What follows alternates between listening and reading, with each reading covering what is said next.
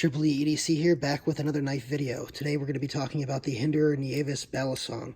So I've got my trusty couch here, where hopefully I won't do any damage to the blade if I drop it, which I inevitably will because I am not the best flipper in the world. That is your disclaimer here today. That being said, we're going to show how this flips in comparison to some other knives. So without further ado, let's go ahead and look sort of at how fluid the motion is on this, on the handles. You can see it's pretty fluid. It's on washers. And I'll tell you right off the bat, it feels like the weight is pretty evenly distributed on this. Obviously, it's a tang pin construction. It feels like there's a little bit of weight on the ends here, but that otherwise it's a very even fluid carryover motion as it swings out. It reminds me a lot of the action and motion on the Squitrainer 3.0 from Squid Industries. This is actually a little bit smoother. I have to say, it's also on washers. It's a little bit smoother than the Hinderer Nieves. So if you have one of these, you can get an idea that as smooth as this is probably about 90% as smooth. So I don't know what Squid Industries does differently, but they just do an excellent job. And they also have the Kraken. They just released the Kraken. Oh, I didn't even plan that, but released the Kraken. Yes, they just released the Kraken, which is basically, I believe it's the same handles as this, the same knife, except this blade is a live blade. So I think that's the main difference. If it's not, or if there are other differences, please comment down below. I really want to know what the other differences are, because I am planning on getting one at some point as well. But back to why we're here. This is, like I said, a very, very fluid motion. Not quite as much as the Squitrainer, but it is extremely, extremely fluid. You have the titanium handles. These handles are excellent. I have to say they're better for flipping than these handles. They are better for flipping than these handles. This is the Benchmade 87.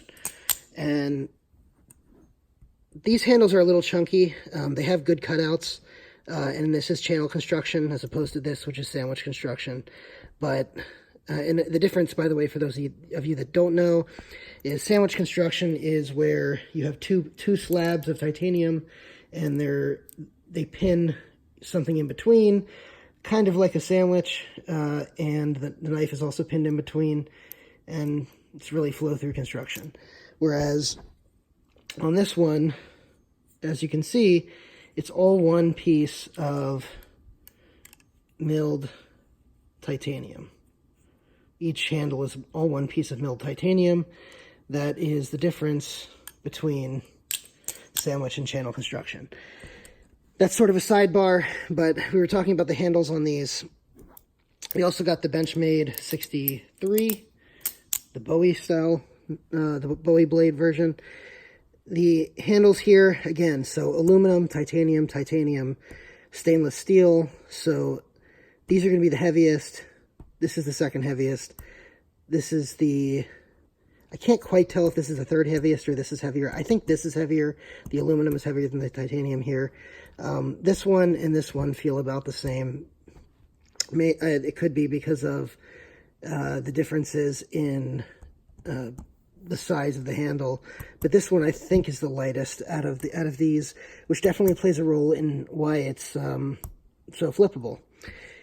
As far as the smoothness of the action, I actually think the Benchmade 63 might have the smoothest action of everything.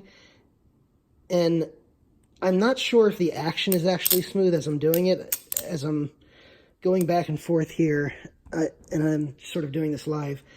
Now, this has smoother action, but I think the reason this feels smooth is it's being deceptive because the handles are so heavy. They're stainless steel.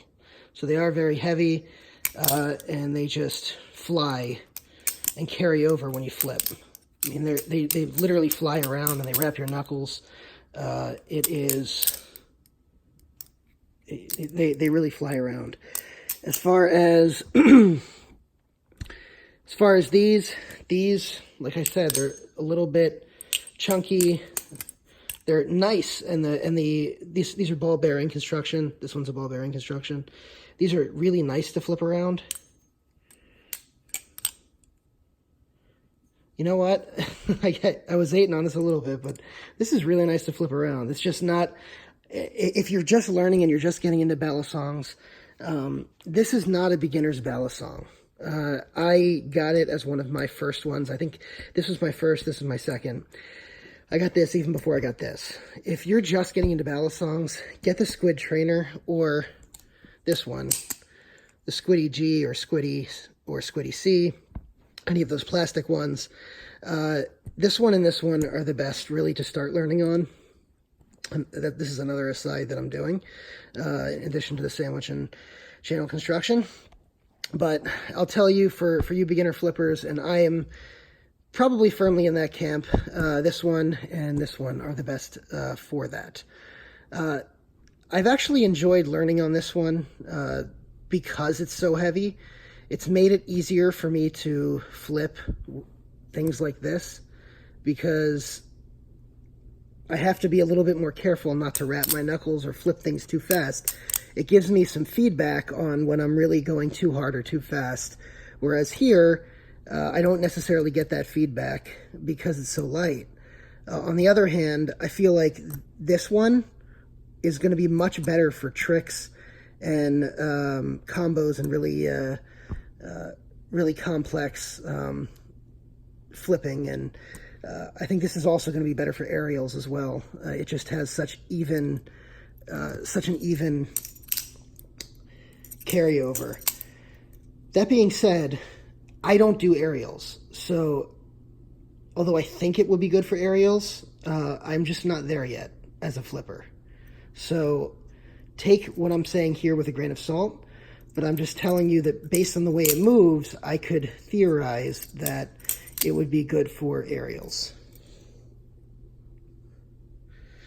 All right, now if I was talking about action here, just to give you guys an idea, I think this has the best action. This probably has the second best action combined with the weight and feel of the handles. This action might actually be the same or maybe even a little bit better than this, but this one is not as easy to flip as this. As far as, I should actually put this in order of flippability now that I think about it. Most flippable, second most flippable, third most flippable, fourth most flippable, fifth most flippable. There is resistance when you flip this. There wasn't at first. I don't know if I did something to jack this up. It's on phosphor bronze washers, but it's also plastic, so as I flip it, I assume it's getting eaten away or something's happening to it. It's not gritty, it just has a little bit more resistance, I think you can see, than some of the other ones.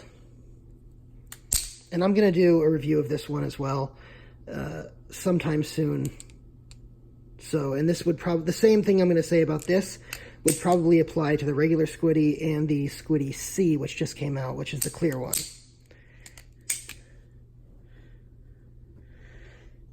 Okay, so I think that's all I have to say about right now about these knives and the flippability. If you're thinking about getting this one, again, I haven't held an Alpha Beast or a replicant, so I don't have these to compare to. But among these are the ones that I've handled. This is probably the most flippable live blade that I own, and I can really see that it's made well. I'm extremely glad that I got it. I think that once I'm, better into flipping and no more tricks, I only know a couple right now, that I'm going to really appreciate having this one. So if you find these available and you can get your hands on one, I would say yes, go ahead and do it. The BRS drops are kind of far and few between. The one caveat I will say is this is $410, which means it's going on the primary market for about the same as the markup for a Alpha Beast 3.0 or maybe a replicant on the secondary market. So if you really want one of those, again, I haven't handled one, but if you really want one of those, you really are choosing between this and those. I think this is a good choice, and I do plan to get, but that is me saying that as I plan to get both of them, and maybe all three at some point. So that's it for now. Thank you for watching. I am very happy to have this in my collection, and again, I'm going to do a full review at some point of it. I'll also do a review of this one and of this one, and I don't know if I'll get to a review of the Benchmade 63. There's a lot out there on that already. I may get to that at some point, but there's less out there on this one and this one and this one. So I figure I'll go ahead and fill those gaps so people can get some information on it. If you want to see the Benchmade 63, though, let me know in the comments, and I will be happy to do that. If you want to see any of the other knives that you've seen in my videos as well, go ahead and let me know, and I'll move it up the priority list on things to review. In the meantime, go ahead and like, subscribe, comment. I love talking knives with you guys. Thanks so much for watching. Bye.